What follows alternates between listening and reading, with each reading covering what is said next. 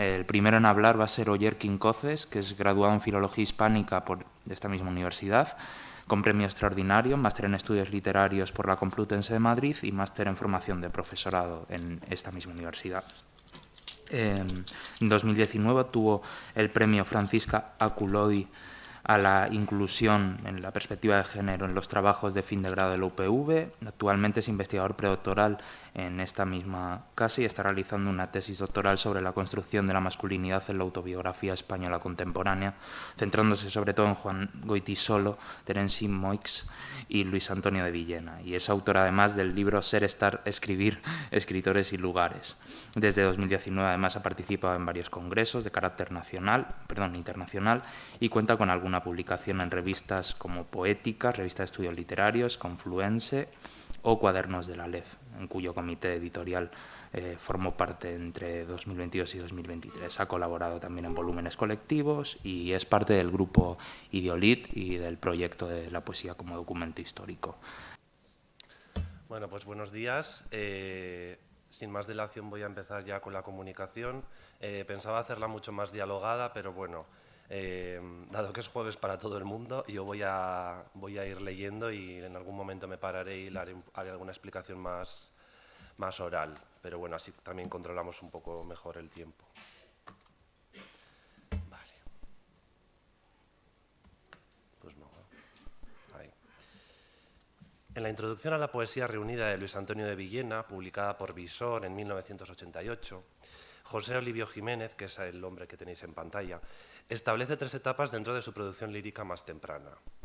La primera, en la que se incluiría su primer poemario, Sublime Solarium, constituye, y cito textualmente, la aparición del poeta que entrena, pero aún no estrena, que vendría a ser esa búsqueda de voz propia, ¿no?, del poeta que está empezando. El viaje a Bizancio, cuya versión definitiva ve la luz en 1978, representaría un segundo estadio en el que esa voz ya se intuye, pero está aún buscando o atisbando su mundo propio. La integración de estas 2 instancias, mundo y voz, marcaría el paso a la tercera estación, de la que forman parte Hímnica y Huir del invierno. Este tránsito entre etapas se evidencia en el plano más elemental del lenguaje, que pasa de un uso eminentemente esteticista y ornamental en sus primeros textos a una progresiva incorporación de usos coloquiales y de tensión narrativa en el poema. Bueno, el libro que nos va a ocupar en esta comunicación es Hímnica, el tercero de los que publica, y es un poemario especial dentro de la trayectoria de Villena porque es un libro sobre el que ha vuelto más veces de lo habitual, ¿no? No solo se ha reeditado en multitud de antologías o de poesías reunidas, sino que es un libro al que digamos que le ha hecho bastantes añadidos, ¿no? Tenemos ahí, por ejemplo, Hímnica Abscondita, que es una edición que sacó Villena posteriormente con algunos poemas que digamos que no sacó en su momento, ¿no?, en esa primera edición de Hímnica, por motivos de censura o autocensura, ¿no?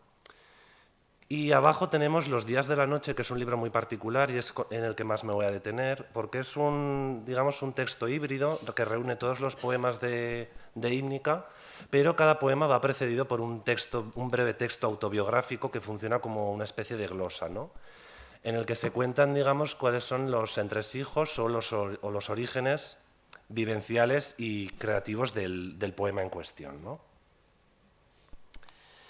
Y bueno, el propio Villena en ese mismo libro, en Los días de la noche, lo define de la siguiente manera, tenéis la cita en pantalla.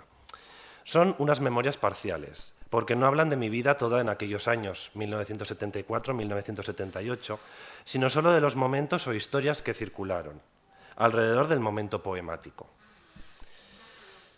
Bueno, realmente, para quien ya ha leído más textos autobiográficos de Villena, porque es un autor que está constantemente escribiendo libros de memorias o libros autobiográficos más parciales, ¿no? Digamos que una vez leído este libro, como que sí que no le resulta del todo, no le resulta muy novedoso, ¿no?, porque muchas de esas anécdotas ya se repiten, entonces ya le es familiar, ¿no?, lo que se encuentra. Y sí que es cierto que predomina mucho el elemento anecdótico, el apunte biográfico, entonces sí que es verdad que el lector que esté buscando algo más relacionado con la poesía se puede llegar a preguntar qué aporta realmente todos estos textos a lo que es Hímnica, ¿no?, a la lectura, a la recepción de los de los poemas originales. Y bueno, vamos a intentar arrojar un poco de luz sobre esta cuestión. Vale, respecto a los propios textos, bueno, ahí tenéis un poco cuál es la estructura. Hay un prólogo, hay un epílogo y de entre medias están los 66 capítulos, uno por cada poema, dentro del cual se incluye ese texto breve. En primer lugar, esto para mí es bastante importante, que el texto vaya en primer lugar y en segundo lugar vaya el poema. Y estos textos, aunque sean autobiográficos, no todos están narrados en primera persona, sino que también existe textos, hay una convivencia con la tercera persona, ¿no? Hay textos que están propiamente narrados en tercera persona. Vale, respecto a este recurso a la tercera persona, Villena crea una especie de figura a la que llama el protagonista, que, spoiler, es el mismo, evidentemente, pero digamos que es una figura un tanto ambigua o es un procedimiento que no termina de utilizar de una manera orgánica o sistemática, ¿no? Entonces sí que es verdad que puede generar algo de desconcierto al lector. A mí, por lo menos, sí que me genera ciertas suspicacias. Ahí, por ejemplo, en la primera cita que os he incluido, bueno, se ve claramente, ¿no?, en la alusión a ese protagonista y la vinculación con el propio Villena, ¿no?, porque está hablando de la composición de Hímnica. El protagonista ha compuesto Hímnica, el protagonista es Luis Antonio de Villena, ¿no? El protagonista está seguro de que aquellos casi 4 años, los años de Hímnica, fueron de mucha, muy alzada intensidad vital, y por eso el libro, mayoritariamente, es vitalista e incluso encendido. Entonces, en un primer momento puede dar a entender que este protagonista es un recurso que utiliza Villena, ¿no?, una forma de distanciar el yo que vivió esos recuerdos y el yo que, por supuesto, escribió los poemas, del yo que está escribiendo en 2005 Los días de la noche, ¿no? Sin embargo, es extraño, ¿no?, porque ese protagonista, ahí lo tenéis en la segunda cita, recuerda, ¿no?, lo que en cierta manera ya lo está trayendo al presente. Si al final estamos hablando de esa entidad que ha vivido los recuerdos, sí que es cierto que los puede recordar, ¿no?, desde una distancia mucho menor, ¿no?, que el Villena que está escribiendo Los días de la noche, pero no resulta llamativo que se utilice en más de una ocasión esa referencia al recuerdo en el propio, digamos, el sujeto que ha vivido lo que se está recordando, ¿no? Es extraño, a mí por lo menos me lo parece. Y en la tercera cita, para mí ya está mucho más claro, ¿no?, esa convivencia de esas dos entidades, porque mantienen un diálogo, ¿no? Y el protagonista, resueltamente melancólico, nada raro en él, me comenta, le está comentando al yo presente, que es el Villena que está escribiendo Los días de la noche. Entonces, para mí, más que una especie de recurso de distanciamiento, lo que hace Villena es una especie de desdoble, ¿no?, de división en dos entidades que están dialogando, ¿no?, como ya he dicho. Una sería ese Villena del pasado y otro sería el Villena del presente. Que el problema de esto es que muchas veces tampoco se sabe exactamente, ¿no?, cuáles de los dos Villenas se está hablando, ¿no?, porque tenemos ahí en la última cita. El protagonista nota el aire cálido y levemente perfumado de aquella lejana noche, aún estival, como si fuera ahora mismo. Y no cree posible que haya pasado tanto tiempo, 30 años y tanto desengaño, ¿no? Una vez más vemos esa no correspondencia, digamos, entre una figura que se hubiese quedado en esos años 80, ¿no?, que podría ser el protagonista, y el Villena que está escribiendo Los días de la noche. Entonces, esa especie de desdoble y de traer al presente el yo pasado, pero sin embargo extinguirlos, yo creo que para mí igual es la hipótesis que más sentido tiene. Aunque bueno, a veces con la crítica literaria pasa esto, ¿no?, que le damos muchas vueltas y muchas explicaciones a cosas que pueden ser bastante azarosas. Simplemente quizá el Villena empezó a escribirlo así y luego pues no se dio cuenta y digamos que cometió estos errores o estas imprecisiones, ¿no? Vale. Antes mencionaba, ¿no?, la posibilidad de que este recurso al protagonista fuese una forma de distanciarse de Villena, de distanciarse de esos hechos, ¿no?, que es algo bastante recomendable, incluso deseable o casi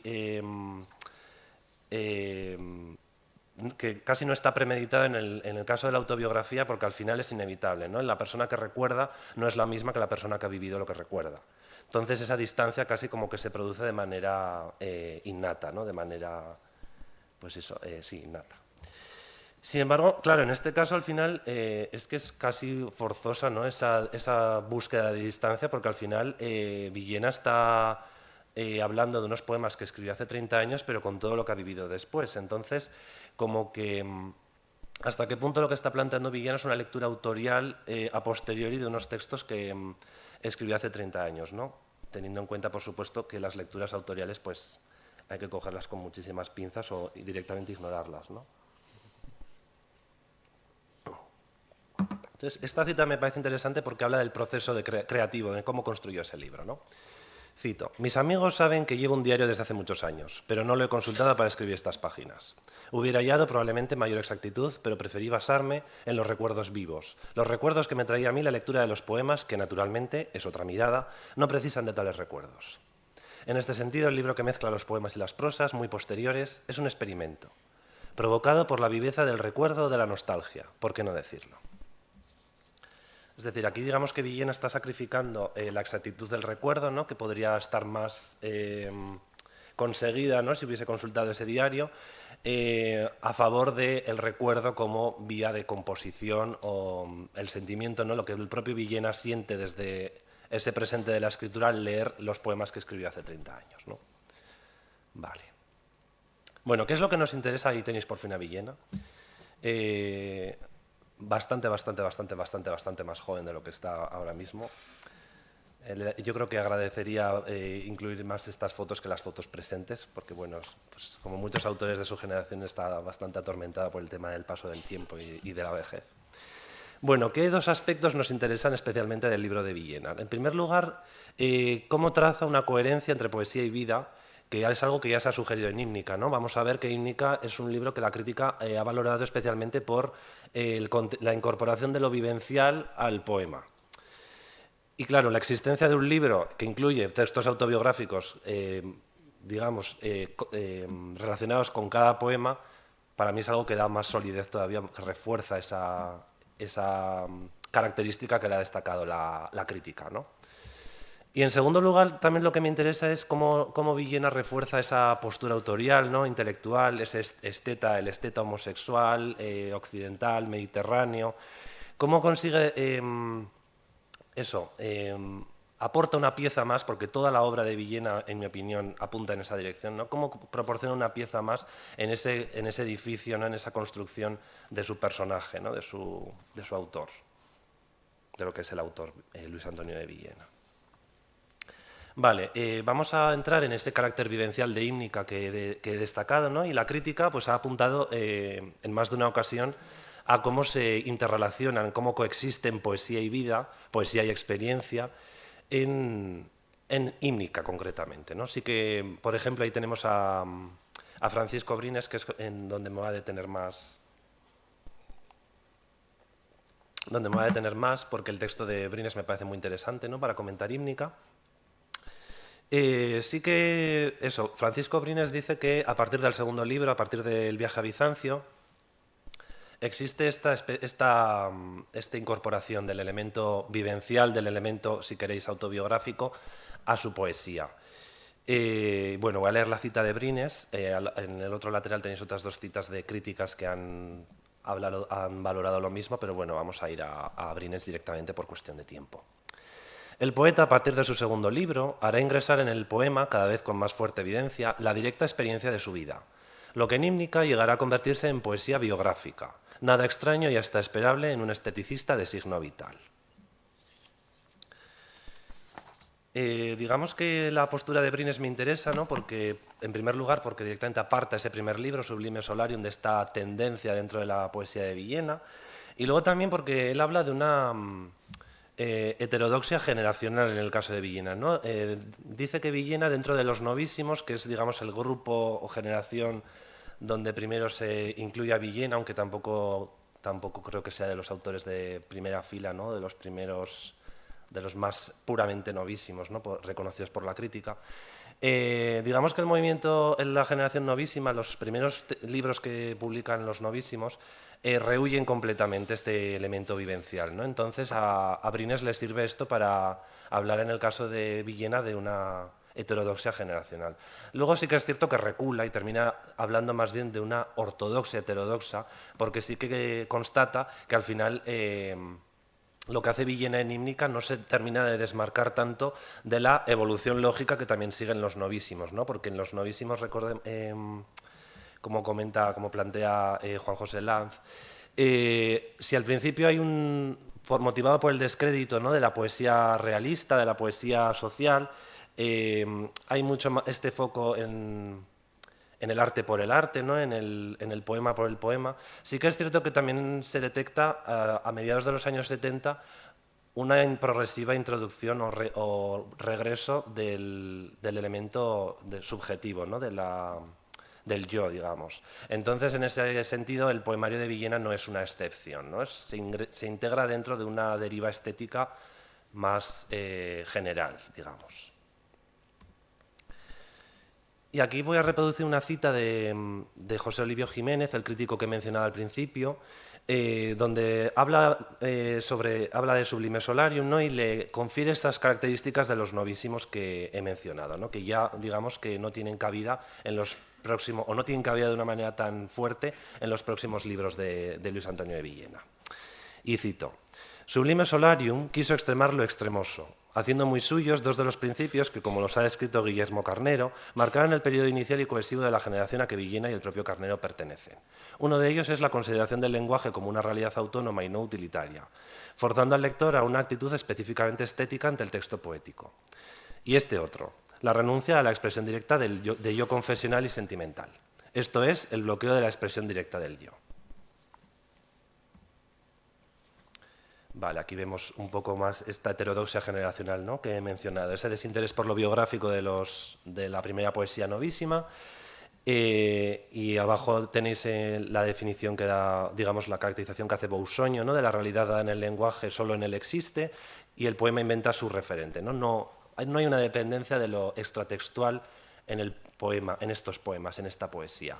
Y digamos que Villena, en Hímnica, la propuesta que nos trae en Hímnica, rompe con esta idea. Y bueno, en ese sentido me interesaría destacar el recurso a la metapoesía, ¿no?, la poesía que reflexiona sobre sí misma, que claro, en esta poesía sin referente externo tiene un sentido en sí mismo, porque claro, si al final no hace referencia a algo externo, la referencia es interna, ¿no?, es referencia al propio poema. Pero Villena hace un uso bastante particular o diferente de la metapoesía, ¿no?, de este recurso. Y eso lo podemos leer en el libro que os he traído, en Los días de la noche. Y cito: La metapoesía no me ha interesado nunca como estricta teoría de la literatura, pero me tentaba aún la idea, que venía de años anteriores, de hacer una especie de metapoesía física, reflexionar en el poema con lo que hace el poema, con las varadas de ansia y calor que llegan del cuerpo y de otro cuerpo. Y es cierto así que el deseo, el exacto apetito físico, corporal, enciende la imaginación y la incita y excita a fabricar imágenes. La poesía moderna conoce ese camino, claro es, aunque a veces se ha fijado más en la teoría que en el cuerpo. Bueno, esta cita, que incorpora a un poema que vamos a ver a continuación,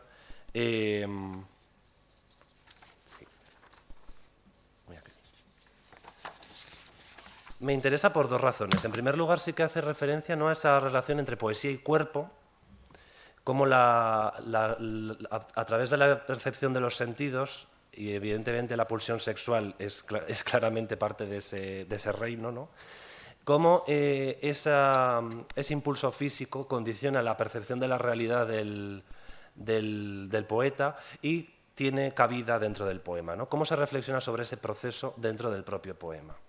Y en segundo lugar me interesa porque aquí lo que vemos es que la metapoesía no se utiliza en Villena para acentuar esa inutilidad del lenguaje, ¿no?, ese lenguaje gastado, ese lenguaje agotado, que sí que encontramos en esos textos novísimos, sino que tiene una función celebratoria, ¿no? Se celebra la plenitud y la potencia del lenguaje, ¿no?, para captar el instante, para captar el recuerdo y para inmortalizar esa belleza que el propio Villena contempla, ¿no?, que vamos a ver ahora en qué consiste. Tenemos aquí un poema que es el poema al que hace referencia el texto anterior, y voy a citar simplemente unos versos, y se titula Ómnibus de estética. Del deseo surge el amor, de la belleza surge el deseo. La belleza evoca imágenes lejanas, acentúa la realidad. El deseo la modifica. El amor la acrece. Un brazo sugiere una espada radiante. Un ojo verde, el muro vegetal de un jardín persa. Y todo esto se mezcla en el poema como se mezcla caudaloso en nuestra mente. Bueno, como os he tratado de plasmar en el esquema que hay al otro lado de la pantalla, lo que hace Villena es poner en relación tres entidades que son la belleza, el deseo y el amor. A poco que os resulte familiar Platón, os sonará mucho la filosofía platónica, os resonará mucho a Platón, eso es. Y es porque el neoplatonismo es una de las filosofías, una de las corrientes de pensamiento que más interesan a Villena y que más presentes están en este texto, en este poemario. Entonces podemos ver, ¿no?, cómo esa belleza contemplada, porque el poema al final lo que narra es cómo el propio el yo poético, vamos a decir el yo poético, cómo el yo poético está en un autobús y de repente ve entrar a un muchacho, sí, un muchacho, ¿qué le vamos a hacer? Y se queda engatusado por la belleza del muchacho. Entonces, esa belleza, la primera de las tres instancias, conduce a un deseo, que es lo que impulsa la escritura del poema, y esa escritura del poema puede dar lugar a una belleza, una verdad más pura, que sería ese amor, ¿no? El amor como conocimiento, como camino a la verdad, ¿no? Y tanto Brines como Jiménez comentan que, digamos que es la interacción de estas tres entidades lo que conforma el poema, ¿no? Y esa reflexión, esa metapoesía que hemos mencionado antes, esa reflexión sobre el poema, digamos, es parte del propio poema, ¿no? Tenemos en las estrofas que no he incluido, narran ese encuentro, ¿no?, esa contemplación del objeto deseado en el autobús, y el poema termina así, ¿no?, con estos versos más reflexivos, más metapoéticos.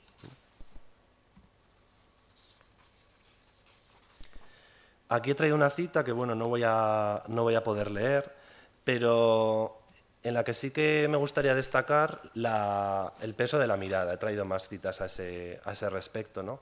Como el sujeto poético, en gran parte de estos poemas, se dedica a mirar. No es un sujeto activo, sino que es un sujeto más bien pasivo. Y esto para mí tiene muchas posibles lecturas o muchas posibles causas. Una de ellas, por supuesto, es la represión franquista. O sea, Hímnica es un poema que ya se publica en La Democracia, pero sí, digamos que evidentemente las cosas no cambian de la noche a la mañana. La ley, por ejemplo, la ley de peligrosidad, la ley de vagos y maleantes, ¿no?, que criminalizaba a las distintas disidencias sexuales, por ejemplo, no se derogó nada más morir Franco, ¿no? Tardó todavía varios años. Entonces, digamos que yo creo que también es un poco hija de su tiempo esa formación erótica o esa formación del deseo no normativa que tiene lugar de forma clandestina, ¿no?, desde el silencio, no desde una vivencia directa y participativa. Y por otro lado, yo creo que también entronca con una característica del dandy, que es una de las estéticas que más interesan a Villena, ¿no? El dandy es esencialmente pasivo, su forma de actuar, su forma de vivir no es activa, sino pasiva, ¿no? Entonces también yo creo que pueden ir por ahí los tiros. Y por supuesto, la lectura platónica también está ahí, ¿no? Es la propia mirada la que permite contemplar la belleza sensible, lo sensible, y la que también permite iniciar ese proceso de trascendencia, ¿no? Aquí tenemos dos textos que tiene muy en cuenta, que yo creo que están muy presentes, ¿no?, en esta idea de Villena. Uno es de Amore, que es un texto fundamental del neoplatonismo, ¿no?, escrito por Marsilio Ficino en el Renacimiento italiano, y el otro es Paideia de Jäger, donde se habla también de todo este canon helénico, ¿no? Tenéis la cita al lado, de toda esa visión del amor entre iguales, del amor como forma de educar, ¿no?, de educar a semejantes, y sí, evidentemente, con las diferencias de edad que median, ¿no?, entre estos sujetos, ¿no? Digamos que son textos, sobre todo Paideia, no es un texto fundamental no solo para dar prestigio cultural en determinadas épocas históricas a la propia homosexualidad, sino, yo también me atrevería a decir, para darle prestigio cultural, y Gide, por ejemplo, André Gide es un claro ejemplo de esto, a una apología de la pederastia, por supuesto.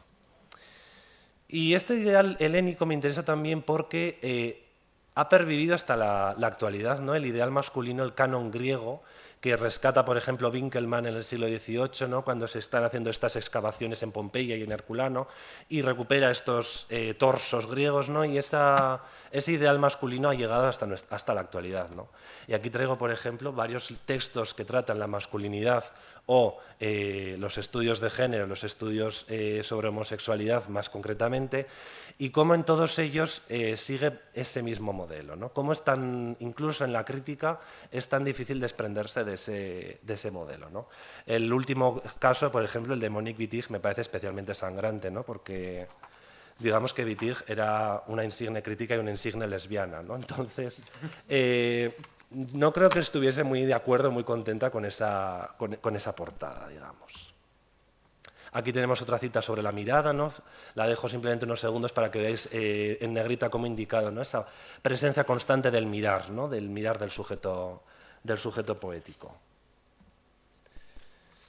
Vale, aquí tenemos otro fragmento del poema que tampoco voy a leer, donde también se presenta todas estas cosas a las que he ido apuntando, ¿no? Vemos ahí marcados los cuerpos, que hay un uso metonímico constante en los poemas de Villena, donde los objetos deseados se designan directamente como cuerpos, ¿no? Y entronca con esta visión neoplatónica que apunta Jiménez de que cada cuerpo, digamos, la contemplación de cada cuerpo es un peldaño que conduce al cuerpo, ¿no? Cuerpo con mayúsculas, la belleza con mayúsculas, que es ese concepto de lo uno que tanto interesaba al neoplatonismo, ¿no? Una vez más vemos la contemplación y, por supuesto, al final del poema vemos la captación del instante, ¿no? Y cómo el gozar de la mirada es en sí misma pues, una forma de estar en el mundo, ¿no? Que plasma también Villena en estos poemas.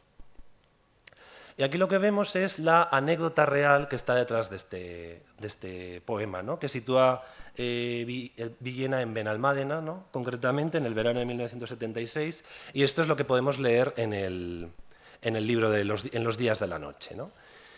Y lo que me interesa es cómo pasamos de una esencialización, ¿no? Una supresión de cualquier rasgo identificativo, simplemente nos quedan los cuerpos y en el último verso sabemos que son rubios, cómo cualquier particularidad, cualquier rasgo se suprime en el poema porque lo que interesa en el poema al final es captar esa esencia, ¿no? No interesa un cuerpo particularizado, sino que interesa un cuerpo que conduzca a esa esencia, ¿no? Sin embargo, para mí esto es la postura de Jiménez, ¿no? Para mí este libro, el libro de los días de la noche, como que pone un poco en jaque eso, ¿no? Porque entonces, ¿qué sentido tiene incluir un texto autobiográfico en el que se dan pormenores, pues se dan nombres, se dan fechas de nacimiento, se dan lugares de todos estos amantes y de todos estos sujetos con los que estuvo Villena? Digamos que la inclusión de todos esos datos como que en cierta manera pone en cuestión esta lectura tan puramente neoplatónica que nos trae José Olivio Jiménez, ¿no? Bueno, no me voy a detener en todos estos aspectos. Otra de las estéticas, otra de las corrientes que convive en Ímnica es el decadentismo, ¿no? Todas las estéticas de fin de siglo. Al final Villena es un autor muy ecléctico, entonces no construye su canon o su visión de la poesía en base únicamente a lo griego, a lo clásico, sino que también bebe mucho de estas corrientes de final de siglo, que en cierta manera también vuelven sobre lo clásico, ¿no? Aquí tenemos otra vez la muerte y la belleza, ¿no? Está el tópico decadentista, ¿no? La relación entre muerte y belleza. Y bueno, llegamos, con esto voy a terminar lo antes posible, a esta construcción del sujeto autorial. Ahí tenéis una foto de Villena bastante más actual. Y en estos textos que se van diseminando y se van repartiendo a lo largo de los días de la noche, también podemos ver un poco cuál es el canon literario de Villena, ¿no? Cuáles son esos autores que de manera directa están en los poemas o de manera indirecta nos relata él, nos referencia a él en sus textos autobiográficos, cuál es la forma de vestir que tenía el propio Villena y cuáles son los autores, ¿no? Con los que convivió y con los que confraternizó y que protagonizan todas esas anécdotas que dieron lugar a los poemas, ¿no? Entonces, para mí esto está todo muy, muy premeditado, ¿no? Villena no da puntada sin hilo. Entonces, por un lado, se asegura de esta manera mantenerse en un canon literario español de la segunda mitad del siglo XX, pero por otro lado también se muestra como ese esteta que también mira hacia Oriente, mira hacia la antigüedad clásica y mira hacia todas estas estéticas finiseculares, ¿no? Bueno, llegamos ya a las conclusiones. La primera ya enlaza con lo que acabo de decir, ¿no? Los días de la noche es una pieza más en la obra de Luis Antonio de Villena que contribuye a reforzar esa postura autorial tan concreta del dandy, del esteta, del erudito, digamos, erudito homosexual, vinculado a unas estéticas muy determinadas, ¿no? También yo me aventuro a señalar un cambio de estatus de los poemas, ¿no? En este libro yo no considero que tengan una entidad autónoma per se, porque al ir precedidos por estos textos, digamos que en cierta manera sirven como una ilustración, ¿no?, de lo que ha narrado, ¿no? Similar a lo que he comentado en el poema de Ómnibus de Estética, ¿no?, que primero tenemos la anécdota del autobús y luego tenemos esa reflexión más lírica, más metapoética. Me aventuraría a decir que en este libro pasa prácticamente lo mismo, ¿no? Tenemos primero ese texto más anecdótico, más autobiográfico, y después tenemos el poema, que es la ilustración estética, artística de esa anécdota, ¿no?, de esa historia. Entonces, digamos que el poema ya se ensucia con una serie de nombres, con una serie de elementos, con una serie de rasgos, con una serie de vivencias, ¿no? Lo que para mí hace imposible una lectura de los poemas que no esté vinculada, por supuesto, que no esté vinculada a la disidencia sexual y al contexto de la España, pues, de la movida madrileña, de la transición, etcétera, ¿no?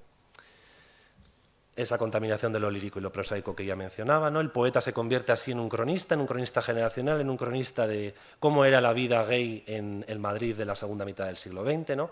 Es un poco también lo que ilustra en estas anécdotas, y también nos permite afirmar que hay una continuidad, y esto también esto en el fondo es algo muy novísimo, ¿no? Una continuidad entre cultura y vida en la obra, ¿no? Cómo la cultura también ahorma la propia vida y cómo ambas entidades, digamos, que conviven, se complementan y se refuerzan.